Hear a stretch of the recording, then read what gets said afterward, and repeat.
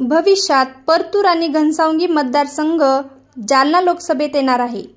त्यामुळे संबंध चांगले करून घेण्याचा प्रयत्न असल्याचं आमदार अर्जुन खोतकर यांनी म्हटलंय।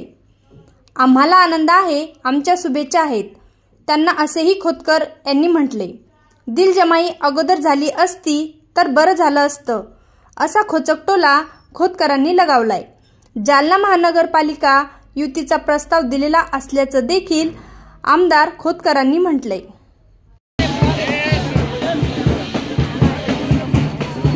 एकत्रित आलेले आहेत, यामुळे कोणाचे पोट दुखेल असं देखील ते बोललेले नाही। पोट दुखण्याचा प्रश्न नाही, पण मला असं वाटतं की भविष्य काळामध्ये लोकसभेचा मतदारसंघ हा याच्यामध्ये बदल होतो आणि हा बदल असा होणार आहे की जिल्हा घटक होणार आहे।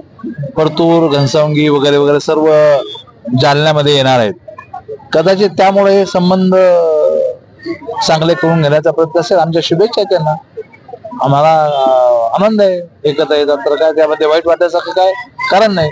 परंतु हे अगोदर झालं असतं तर बरं झालं असतं। कुठेतरी आता आमदार नारायणपूरच्या सोबत काही युती संदर्भात काही झालं की जालना आता हा नाही, मी युतीचा प्रस्ताव दिलेला आहे। आता महानगरपालिकेचा उद्या काय होईल ते माहित नाही, पण आज आम्ही या ठिकाणी आलोय ते आमची अंबड महानगरपालिकेच्या अध्यक्षाच्या उमेदवार सना मुस्तकीन पटेल यांच्या प्रचाराचं कार्यालयाचं ओपनिंग आणि प्रचार सभेच्या साठी मी अंबडमध्ये येणार आहे।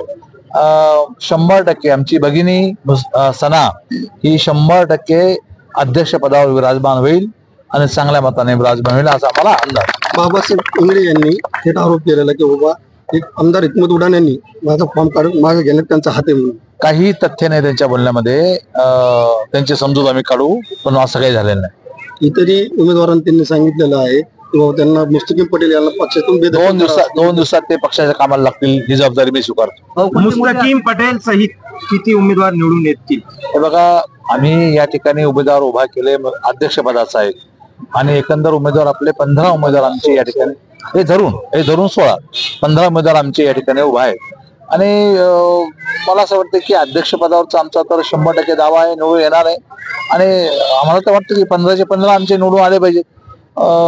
बघा, लोक कोणाच्या हातामध्ये बागडोर देतात, परंतु निश्चितपणे मला खात्री आहे की अंबडमध्ये बदलाची हवा सुरू झालेली आहे। नगरपालिकेचे मुद्दे वॉटर, गटर, मीटर या 3 मुद्द्याच्या पलीकडे काही नसतं, त्यामुळे वॉटर, गटर, मीटर हे 3 मुद्दे घेऊन आम्ही लोकांसमोर जाऊ आणि आमचे सर्व तरुण सहकारी उभा आहेत आणि गरीब आहेत, निष्ठावंत आहेत आणि माननीय शिंदे साहेबांवरती विश्वास ठेवणार आहेत, त्यामुळे विजय आमचाच होणार आहे।